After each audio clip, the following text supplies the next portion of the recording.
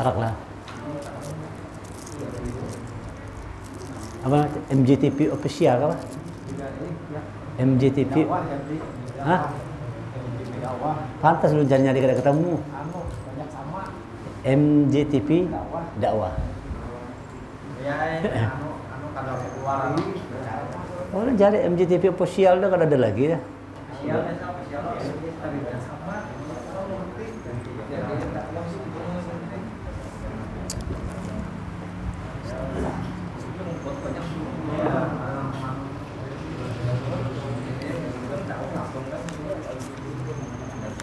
Assalamualaikum warahmatullahi wabarakatuh. Bapak-bapak, saudara, kawan-kawan sekalian, jamaah rahimakumullah, mari sama-sama kita buka pertemuan pada malam hari ini dengan membacakan basmalah. Bismillahirrahmanirrahim. Innal hamdalillah nahmaduhu wa nasta'inuhu wa nastaghfiruh wa na'udzu billahi min syururi anfusina wa min sayyiati a'malina. Man yahdihillahu fala mudilla lahu wa man yudlil fala hadiya lahu. Asyhadu an la ilaha illallah wa asyhadu anna Muhammadan 'abduhu wa rasuluh la nabiyya ba'da. Allahumma shalli wa sallim ala Muhammad rasulillah wa ala alihi wa sahbihi wa man tabi'ahu wa walahu ila yaumil qiyamah. Rabbi shrah li sadri wa yassir li amri wahlul 'uqdatam min lisani yafqahu qawli. Rabbi zidni ilma warzuqni fahma. Faqala Allah Ta'ala fil Qur'anil Karim, a'udzu billahi minasy syaithanir rajim. Ya ayyuhalladzina amanu taqullaha haqqa tuqatih wa la tamutunna illa wa antum muslimun. Wahai orang yang beriman, bertakwa kepada Allah dengan hak, dengan benar, dan jangan kalian mati kecuali dalam keadaan sebagai seorang yang berserah diri kepada Allah, sebagai seorang muslim. Ya ayuhan nasu taqu rabbakum alladzi khalaqakum min nafsin wahidah wa khalaqa minha zawjaha wa bassa minhuma rijalan katsiran wa nisaa'a wattaqullaha alladzi tasaaluna bihi wal arham innallaha kana 'alaikum raqiba.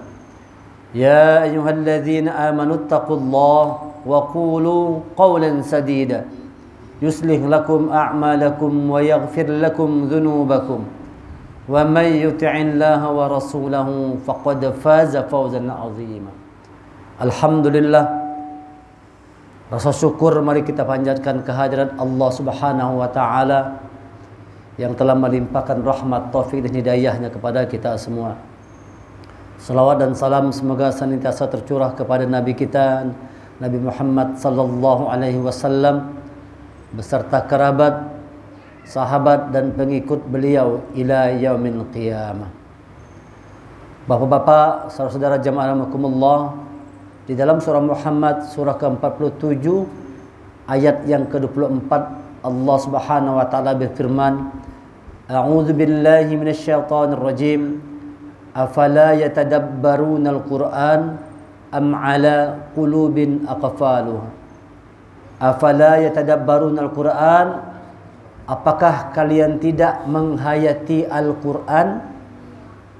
Am ala qulubin aqfaluha, ataukah hati kalian sudah terkunci? Nah, di dalam surah Muhammad ini Allah mengisyaratkan kepada kita semua agar setiap kita itu berusaha untuk menghayati Al-Quran.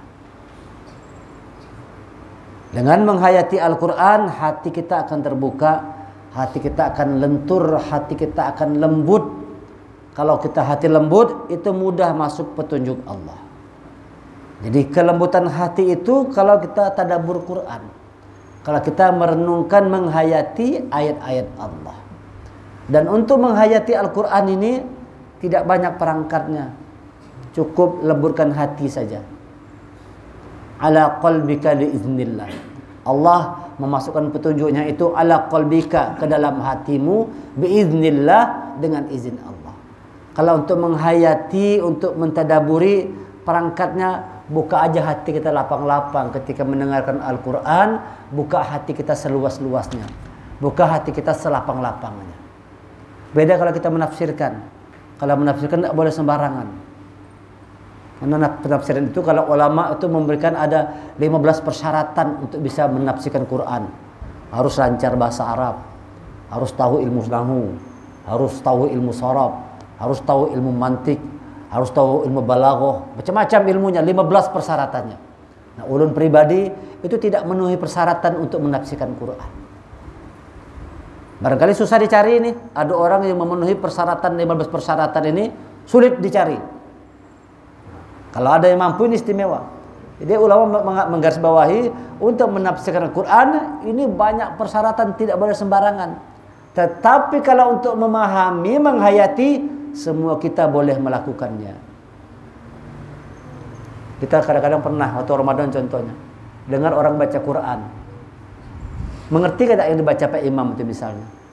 Ada kita tidak mengerti, tapi kenapa bisa nangis kita? Kenapa itu bisa menangis?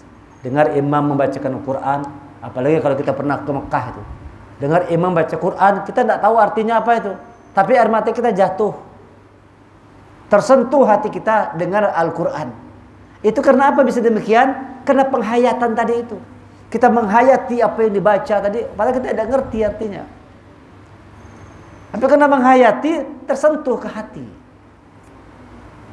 Ini Allah perintahkan. Oleh karena itu, jadi untuk tadabbur Quran ini semua kita harus melakukannya. Menghayati apa yang kita dengar dari Al-Quran. Nah, kalau menafsirkan tidak boleh sembarangan. Kita tidak boleh menafsirkan. Tapi kalau menghayati, Allah perintahkan hayati Quran. Karena kalau engkau tidak menghayati Al-Quran, hatimu bisa terkunci. Ada orang tua, nenek-nenek di kampung, ya kan, gawenya bertani aja. Saban malam baca Quran terus, saban malam subuh-subuh terdengar suara Quran. Habis sholat subuh, habis itu baca Quran, pergi ke ladang bersawah, berhuma segala macam. Maghrib bulik, habis maghrib mengaji pulang. Lawan tetangga baik, asal dapat hasil panen berbagi-bagi lawan tetangga. Orangnya ramah, orangnya lembut, murah senyum. Padahal kada tahu bahasa Arab, kada. Tidak tahu ilmu nahwu sharaf, kada. Ilmu mantik balaghah. Secara ilmu dia tidak punya perangkat apa-apa, tapi karena lembut hati itu mudah mendapatkan petunjuk Allah. Sebaliknya ada lagi orang kota. Orang kota hebat-hebat pengetahuannya, luas pengetahuannya luar biasa. Tapi lihat, banyak kesombongan, banyak keangkuhan, bahkan dia bisa menggunakan ayat-ayat Allah ini untuk kepentingan pribadinya, untuk kepentingan golongan, untuk kepentingan kelompoknya tertentu. Karena dia orang pintar, dia orang hebat dengan pengetahuan. Dia buat dalil-dalil untuk membenarkan apa yang dia ambil keputusannya. Nah, kalau dana haji dipakai lalu untuk beli buku buat A, buat B, dicari dalil-dalilnya. Orang pintar itu. Nah, itu orang pintar semua tuh. Hebat-hebat, jebolan luar negeri semua. Tapi lihat itu bagaimana keadaan hatinya. Karena tidak ada jaminan orang yang dengan segala macam perangkat pengetahuan, hatinya pasti lembut, itu tidak ada jaminan. Bahkan banyak orang semakin luas pengetahuan, semakin keras kepala. Summa qasat qulubukum min ba'di dzalika fayakal hijarah aw ashaddu qaswah. Kemudian hati mereka mengeras seperti batu, bahkan lebih keras dari batu lagi. Padahal pengetahuannya luas, bahkan sudah hafal Quran. Nah, Allah tidak memberi petunjuk kepada orang yang begitu, yang hanya sebatas meluaskan pengetahuan, tapi hatinya tidak dilembutkan, tetapi hatinya tidak dilunakkan. Allah tidak memberi petunjuk hidayahnya kepada orang-orang yang luas pengetahuannya, tapi hati tidak terbuka untuk memahami hidupnya. Tidak rendah hati di hadapan orang lain. Orang kalau berilmu benar, ilmunya ilmu Allah itu rendah hati. Semakin berilmu, semakin rendah hati. Sebagaimana padi itu, orang bilang kan, semakin berisi, semakin merunduk. Nah, itu orang yang dapat petunjuk Allah. Semakin hebat ilmu pengetahuannya, maka semakin rendah hati. Tetapi ada juga orang-orang yang hanya sebatas hebat pengetahuannya, hatinya dia keraskan. Ketika ada orang lain yang membaca Quran, dia tidak mau mendengarkan, dia lari, dia enggan. Kenapa? Yang menyampaikan ini bukan siapa-siapa ini. Karena dia hanya melihat sosok orang yang menyampaikan. Padahal kata Ali bin Abi Thalib, jangan lihat siapa yang menyampaikan, perhatikan apa yang disampaikan. Unzur maqala wala tanzur maqala. Jangan lihat siapa yang menyampaikan, perhatikan apa yang disampaikan. Jadi untuk mendengarkan keperangkat Al-Quran ini, lunakkan hati kita. Dan memang kalau kita punya perangkat yang lengkap, itu penghayatan semakin kuat. Ya, kalau orang yang berilmu tadi ini, yang memenuhi persyaratan segala macam, yang hebat tafsir Qur'annya, itu penghayatannya semakin dalam. Kalau di sana ada petunjuk Allah. Kalau di dalamnya ada petunjuk Allah, maka ketika dia membaca Quran, itu semakin kuat penghayatannya. Maka akan tercermin dari perilaku hidupnya yang semakin luar biasa kemuliaan hatinya. Hatinya semakin mulia, semakin luas pengetahuan, semakin mulia. Tidak ada sombong, tidak ada angkuh. Di depan orang itu rendah hati. Menganggap orang lebih baik dari dirinya. Tidak pernah menganggap dirinya di atas orang lain. Dia selalu menganggap orang lain lebih bagus daripada dirinya. Nah, itu orang yang dapat petunjuk Allah. Dan perilaku seperti itu, akhlak yang begitu, tidak harus sekolah sampai kemana, luar negeri, kemana-mana. Belajar dengan hati. Belajar kepada hati. Tundukkan hati kita terhadap ayat-ayat Al-Quran ini. Hayati, apalagi sekarang ini nih, contoh nih. Kita tidak tahu bahasa Arab, ini Quran terjemah perkata sudah ada. Rasanya enak kita untuk menghayatinya itu. Kitabun, ini kitab Al-Quran, anzalnahu, diturunkan kepadanya, ilaika, kepadamu, litukhrija, dia untuk mengeluarkan. Rasanya kita lebih mudah sekarang. Manusia litukhrijan nas, mengeluarkan manusia minaz zulumat ilan nur, dari gelap kepada cahaya. Enak sudah nih. Harusnya kita semakin kuat menghayati Al-Quran. Dan harusnya orang-orang yang berilmu luas itu semakin kuat penghayatan Al-Quran, dan aplikasi dari penghayatan Al-Quran tadi tercermin dari perilaku hidupnya yang baik, jujur, cerdas, amanah, adil, lembut, kasih sayang, penyabar, bersyukur. Wah, ini kuat, tidak mudah lemas dalam kehidupan, tidak mudah putus asa. Segala macam kepribadian yang mulia itu keluar bagi orang-orang yang sudah menghayati Al-Quran yang dibacanya. Oleh karena itu coba kita mulai setiap baca Quran hayati. Makanya kita bagus baca Quran walaupun tidak perlu target banyak-banyak. Misalnya sehari harus sejuz. Itu lebih bagus biar sehari seayat, tapi seayat itu kita paham. Kita tadabbur, kita hayati. Ini kita ambil contoh misalnya. Surah Ibrahim misalnya. Ini mentadaburi. Bukan menterjemahkan ya, bukan menafsirkan, tapi mentadaburi, menghayati ayatnya. A'udzubillahi minasyaitonirrajim. Alif lam ra.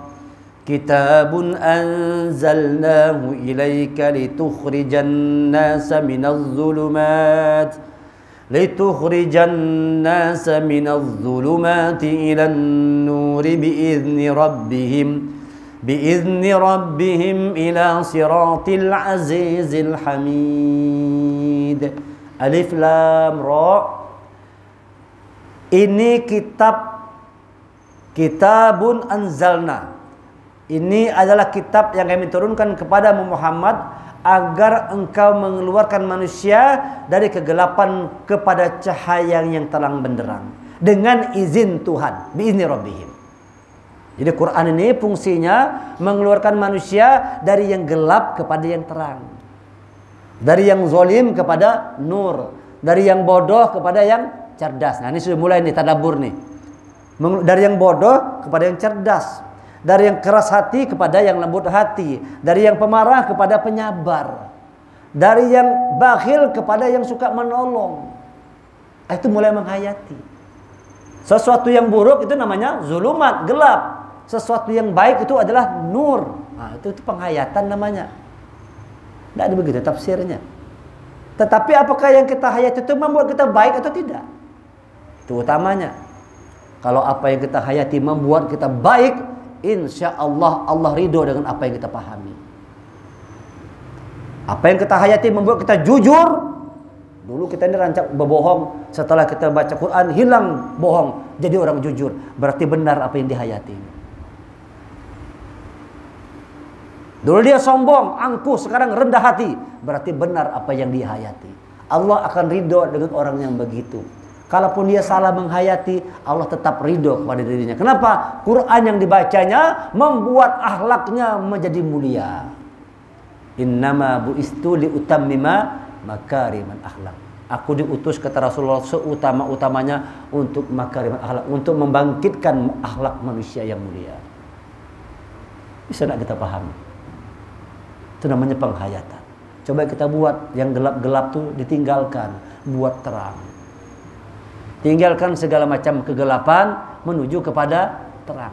Jadi buku nih, habis gelap terbitlah terang. Nah, lihat itu. Buku R.A. Kartini, itu berarti Quran kan itu? Itu menjiplak Quran, betul itu, ngambil Quran. Minaz zulumati ilan nur, dari gelap kepada yang terang. Masya Allah. Nah, ini kita jadi kalau begitu semua pian-pian kita semua di sini kita punya hak untuk menghayati Quran. Nah, ada orang tuh jadi kadang-kadang setelah beragama itu menjadi kejam. Lalu kalau kita tidak tahu, tidak boleh apa-apa sama sekali. Sedangkan disuruh Allah kita hayati. Kalau tidak dihayati hatimu keras nanti kata Allah. Kalau tidak dihayati hatimu menjadi keras. Apa tidak boleh kita berusaha untuk menghayati Quran? Nah, kalau menafsir ya jangan sembarangan. Tidak boleh. Kenapa? Perangkatnya kata ulama banyak harus dipenuhi dulu. Tetapi kalau untuk kau hayati, buka aja hatimu lebar-lebar. Setiap kau dengar Quran, tersentuh ke dalam hatimu. Nah, itu tanda orang menghayati. Kalau ulun sampai ini pian dengan pian tadaburi, itu nyentuh ke hati. Lalu ada niat dalam hati, aku harus berubah jadi baik nih. Setelah dengarkan apa kata ucapan Bang Firdaus nih, aku harus berubah jadi orang baik. Aku harus berubah. Aku harus tinggalkan yang gelap untuk menuju yang terang. Begitu tanda orang benar menghayati Quran. Setiap apa yang dengar yang baik dari orang lain, dia ikuti siapapun yang menyampaikan. Sebaliknya, walaupun orang itu pangkatnya tinggi, ilmunya luas, tapi disampaikan bohong, dia tidak mau ikut. Nah, sekarang banyak orang yang dengan pengetahuan ini bisa memelintir-melintir tadi. Kan lagi rame nih, soal Indonesia yang batal berangkat haji. Hah? Na'udzubillah. Bayangkan kita muslim terbesar dunia, tapi tidak bisa berangkat haji. Jadi orang berbagai macam, orang-orang yang pintar kan mengeluarkan dalil apa segala macam. Intinya itu adalah satu teguran dari Allah buat seluruh bangsa Indonesia ini. Hayati apa ini maksud Allah ini sampai kita tidak boleh berangkat haji ini. Begitu harusnya teguran dari Allah tuh. Itu kalau kita menghayati begitu. Setiap peristiwa adalah peringatan dari Allah. Setiap peristiwa adalah teguran dari Allah untuk kita hayati. Barangkali negeri kita ini banyak salah barangkali. Coba kalau semua tuh yang dari atas mulai presiden sampai yang paling bawah tuh menghayati apa nih kehendak Allah ini. Aku barangkali sebagai pemimpinnya tidak benar ini. Kok tidak amanah ini? Orang nabung untuk haji kok dibuat belanja untuk macam-macam. Itu orangnya hebat tuh. Itu orangnya pintar-pintar, berdalil, harap-harap, jago bahasa Arab. Jangan kita kada apa-apanya lah. Ada apa-apanya kita, tapi lihat perilakunya. Yang Allah inginkan itu adalah adanya perubahan perilaku kita dari menghayati Al-Quran. Ayo, minaz zulumati ilan nur. Buat keluarlah kita dari yang gelap kepada yang terang. Itu anak-anak kita nih, persiapkan anak-anak kita nih, bahaya ke depan ini. Bapak-bapak sekalian, ke depan ini bahaya kita kalau tidak mempersiapkan generasi kita nih. Lihat tuh, itu ke depan tuh begitu tuh, lihat itu. Ngeri benar tuh. Nah, itu anak-anak ke depan begitu tuh. Kalau tidak ada yang kita antisipasi, gawat dia. Kadang-kadang dia tawa sorangan. Tawa sorangan. Dan itu memang kehendak Yahudi itu. Lihat tuh anak-anak kita tuh, termasuk anak ulun juga. Wow, sulit benar tuh dengan handphone tuh. Sulit dengan handphone nih. Makanya disuruh sekolah aja, mulai pagi sampai sore suruh sekolah aja. Malam dia ngantuk guring aja. Kalau sudah megang handphone susah lagi tuh. Wah, kuat banget. Pengaruhnya kuat. Jangan anak abahnya yang kayak itu juga. Jangan kan anak abahnya yang kayak itu juga. Masih megang handphone tuh, asik benar. Ya kan? Itu kita kalau lama-lama di situ bisa zulumat kita. Bisa gelap kita. Orang azan tidak dengar lagi. Waktu ngaji sudah habis lagi. Maka kata Allah, coba Quran dibaca, minadz zulumati ilan nur. Keluarlah engkau dari gelap kepada yang cahaya. Tetapi itu tidak dapat dilakukan kecuali dengan biizni rabbihim, atas izin Allah. Rupanya kita ini hanya berusaha aja. Tetap Allah yang mengizinkannya untuk kita bisa keluar dari gelap kepada yang terang. Barangkali Indonesia ini dalam keadaan zulumat, maka perlu cahaya. Barangkali zulumat, koruptor di mana-mana, masya Allah, naudzubillah. Kejadian macam-macam, hoax setiap hari, ulama dimacam-macam kan, dicari-cari keburukan kesalahan, ulama dicari salahnya, koruptor dibenar-benarkan, dibela-bela. Makanya pegawai KPK dikeluarkan, karena supaya kasus ini kalau ditutup, keluarkan ini. Yang lagi menangani kasusnya, berhentikan semua. Gelap semua sudah, pada pintar semua itu. Pertanyaannya kan situ tanyanya kan, pilih Quran atau pencipta Pancasila? Pertanyaannya. Bapak-bapak, tenang sebentar. Ayo, tenang sebentar dulu supaya ini bisa dipahami. Ya. Ila siratil azizil hamid. Perhatikan ini. Ila siratil, yaitu menuju jalan Tuhanmu azizil hamid, yang maha perkasa, maha terpuji. Jadi ada namanya siratil mustaqim, jalan yang lurus, tapi ada juga siratil azizil hamid, jalan yang aziz. Artinya kita kalau baca Quran itu jalannya jadi aziz, jadi kuat kita dalam kehidupan. Karena jalan kita menempuh hidup ini berliku-liku enggak? Kadang-kadang kita sukses, kadang-kadang jatuh. Kadang-kadang di atas, kadang-kadang kita di bawah. Maka kita harus jadi orang yang aziz. Ketika engkau naik, jangan sombong. Ketika engkau jatuh, jangan berkeluh kesah. Dua-duanya neraka tuh. Yang lagi sukses sombong masuk neraka. Tapi yang lagi sulit berputus asa masuk neraka juga. Maka harus ada sikap aziz, sikap kuat. Tandanya kita kuat itu apa? Kalau kita naik ke atas tidak sombong, kalau jatuh tidak melemah. Tetap dia dalam titik bias nol. Netral, fitrah, diri tidak berubah. La tabdila li khalqil, tidak ada berubah dia. Ini namanya orang yang punya jalan siratil aziz. Jalannya kuat. Aziz itu kuat, perkasa artinya. Jangan lemah kita. Mungkin kita sekarang dikasih Allah nih hidup pas-pasan. Duit pas-pasan aja. Kenapa? Allah tahu. Tidak kuat kalau dikasih kaya, kata Allah. Ini sebulan ini, kalau aku kasih kaya dia tidak kuat ini. Bisa lupa diri ini. Dan kayak sak labah kalau pengusaha kambing. Ini kalau aku kasih kaya, kata Allah bisa lupa diri ini. Lupa diri, bujuran. Makanya kita ditetapkan Allah hidup dalam kesederhanaan. Kenapa kata Allah? Ini bahaya, kata Allah. Allah maha tahu. Orang ini kalau sugih lupa diri. Bagusnya kayak itu aja, rajinnya sholat. Dengan hidup seperti itu dia rajin sholat, rajin mengaji. Amun sugih, coba amun sugih sedikit aja, ampe ngaji itu, ampe sholat. Kenapa tidak punya sikap aziz? Maka kata Allah, orang yang mendapat petunjuk Allah itu harus jadi orang yang aziz, jadi orang yang kuat.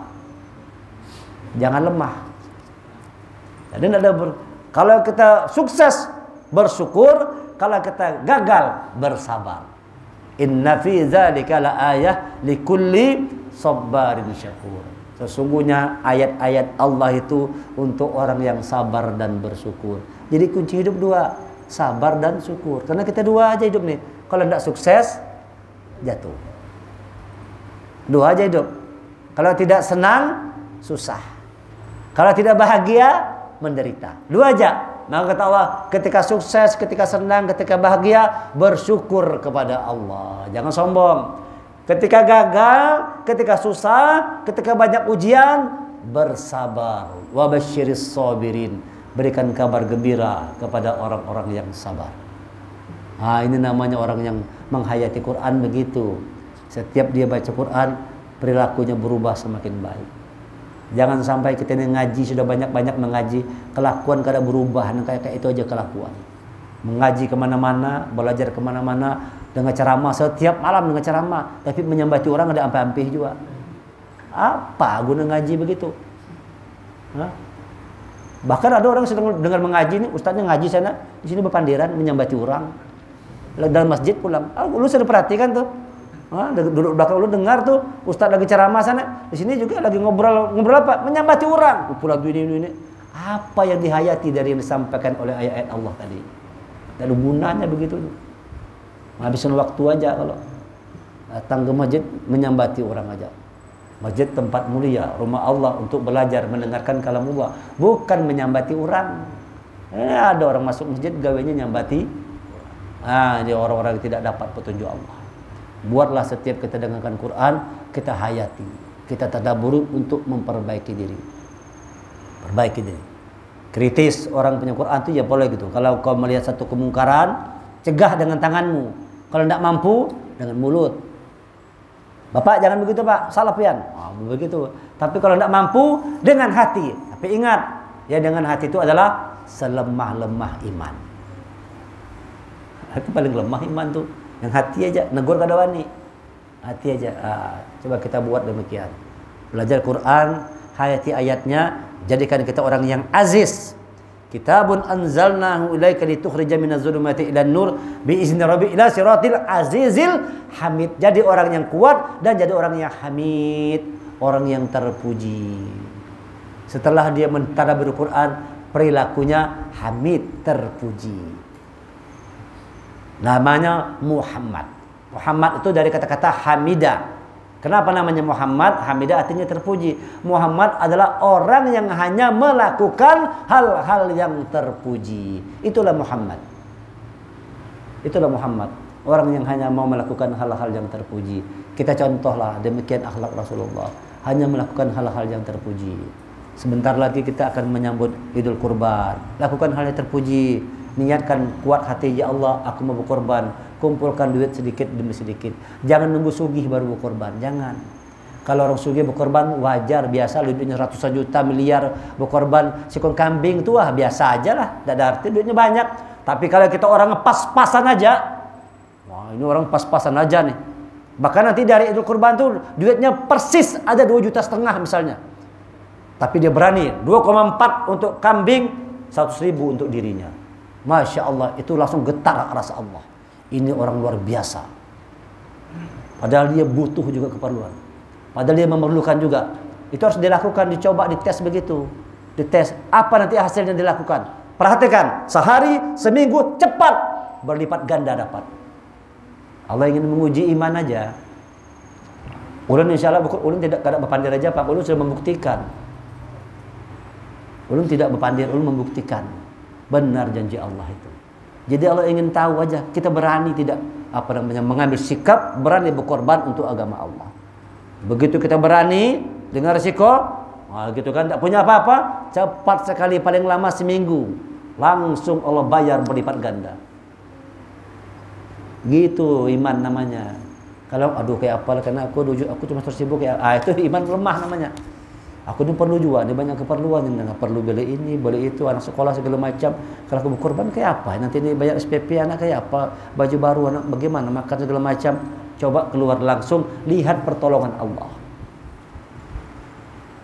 Nah, itu begitu harusnya hasil mentadabburi Quran itu begitu. Aziz jadinya, kuat, semangat berkorban itu muncul. Gitu tuh, makanya dilatih anak muda nih. Di sekolahan kami dilatih nih. Ayo, gajinya pas-pasan aja, tapi berani berkorban. Setiap bulan nyicil.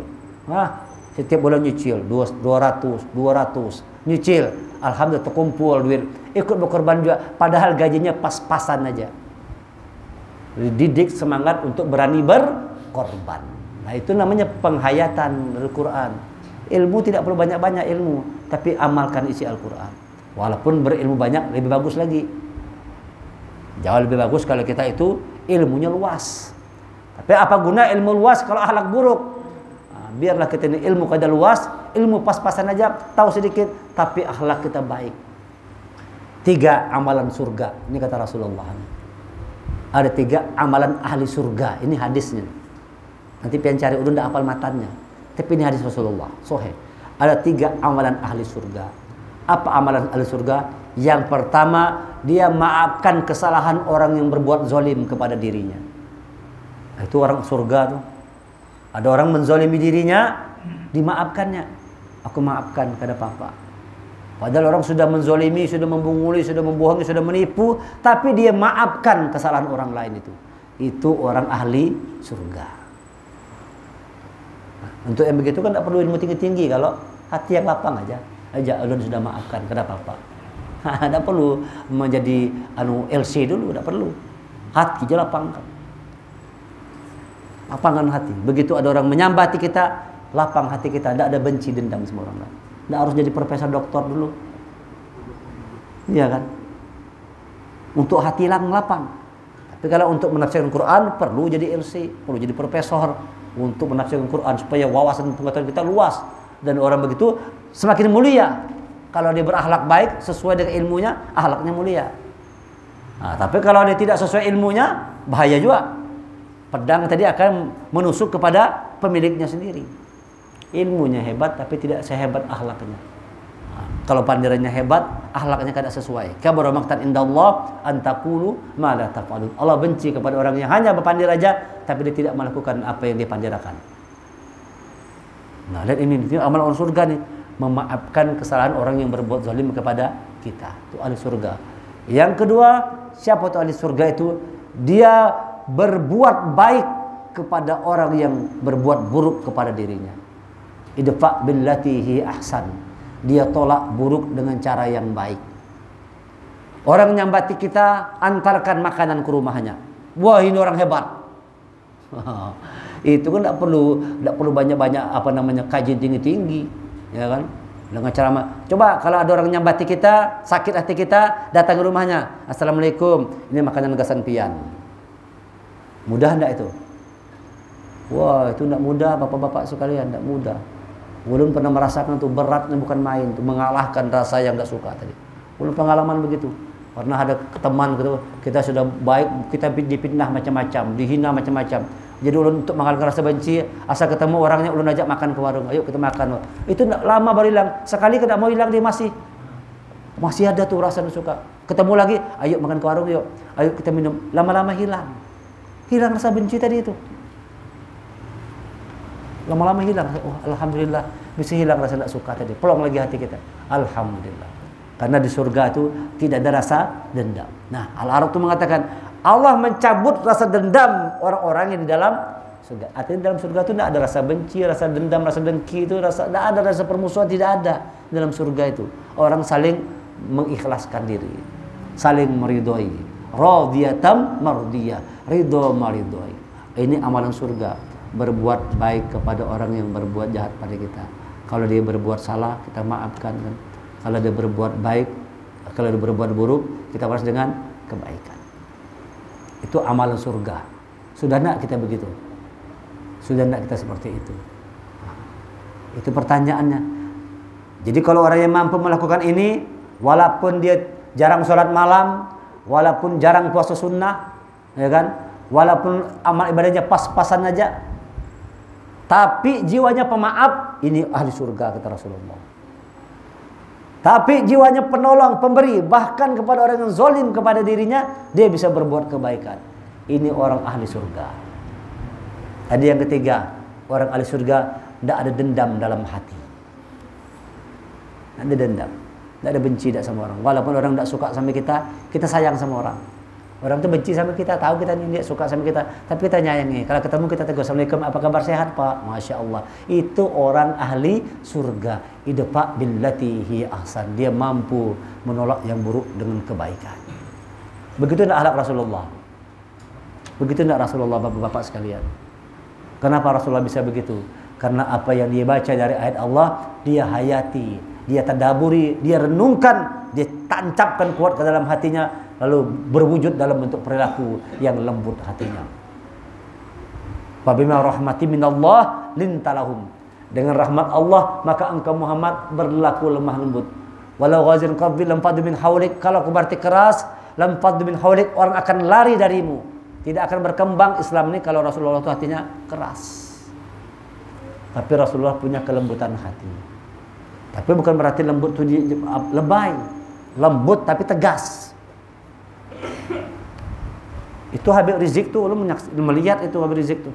Ada kawan yang pernah waktu dia masih di sini datang ke rumahnya, Masya Allah, itu orang sangat luar biasa lembutnya kalau kita elang ke rumahnya. Menghormati tamu tuh sangat luar biasa. Ini kalau nonton pengajian tuh sampai ke Mekah sana datang ketemu Habib Rizik.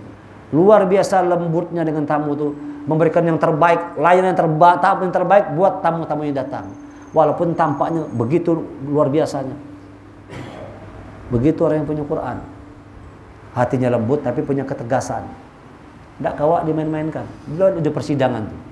Oh, luar biasa tidak keberanian tuh. Malah ada rasa takut-takutnya sedikit pun. Tidak ada rasa takutnya. Jaksa begitu dipadakannya. Jaksa kalau berbuat zolim, siap-siap neraka menunggu. Oh, begitu ya kan? Karena jaksa ini punya kesempatan untuk menzolimi terdakwanya. Kalau itu dilakukan, maka siap-siap seluruh amal jaksa itu, sholatnya hilang, terhapus semua, dan neraka menunggu. Begitu di depan langsung terdiam jaksanya. Hah? Perang dalil itu kan, yang hadis itu kan, lu baca juga tuh. Oh. Hah? Si jaksa baca hadis, dibaca pakai hadis itu juga. Itu jawabannya. Kalau tapi ini punya kesempatan menzolimi adalah jaksa. Lebih punya kesempatan untuk menzolimi terdakwa. Dan kalau niatnya mau menzolimi, maka seluruh amalnya terhapus. Siap ditunggu pintu neraka. Tidak ada rasa takut. Itu bukan keras tapi tegas. Nah, beda kan? Bukan keras tapi ketegasan. Berani mengatakan yang hak kulil hak walau karena muron. Katakan yang hak benar kata Rasul walaupun pahit. Habib Rizik siap menerima tuh pahit. Walaupun risikonya dia bisa macam-macam kan, tapi dia siap menerima yang pahit-pahit. Imam Syafi'i berpesan, nanti di akhir zaman banyak orang yang aneh-aneh, ulama-ulama banyak yang aneh-aneh. Lalu kita sulit membedakan mana ulama yang benar, mana ulama yang ulama yang jahat. Pesan Imam Syafi'i, carilah ulama yang paling dibenci orang kafir dan orang munafik. Cari ulama, ikuti. Dan jangan berdekatan dengan ulama-ulama ya, yang bergabung dengan orang-orang yang kafir, bergabung dengan orang munafik, menjadi pembela orang-orang munafik. Sekarang terlihat enggak tuh?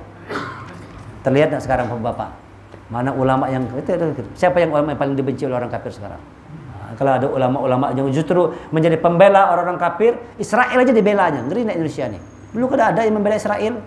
Wah, ini sudah ada orang Indonesia yang membela Israel. Jadi orang Israel juga. Ada sekarang begitu sudah. Negeri kita ini sudah ada bangsa Indonesia ini, rakyatnya dulu tidak ada yang membela orang Israel. Sekarang sudah ada yang terang-terangan berani membela orang Israel yang jelas-jelas berbuat zalim kepada penduduk Palestina.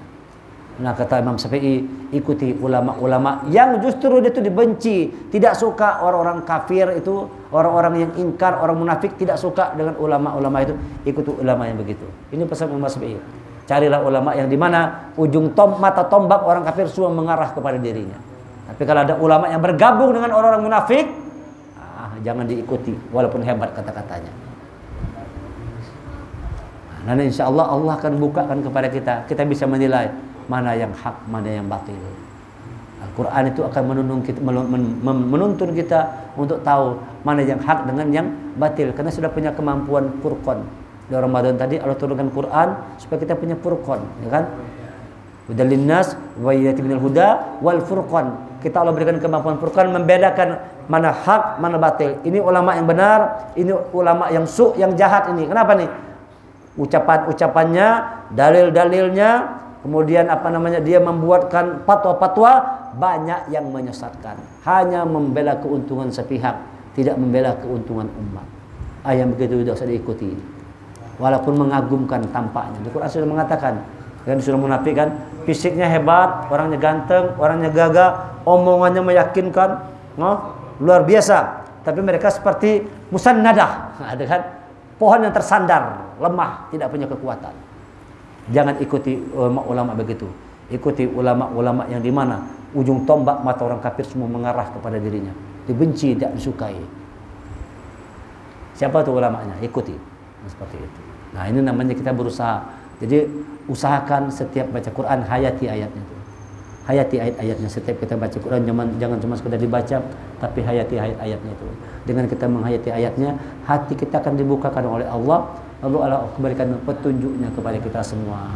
Toha ma anzalna alaikal Qur'an litashqa.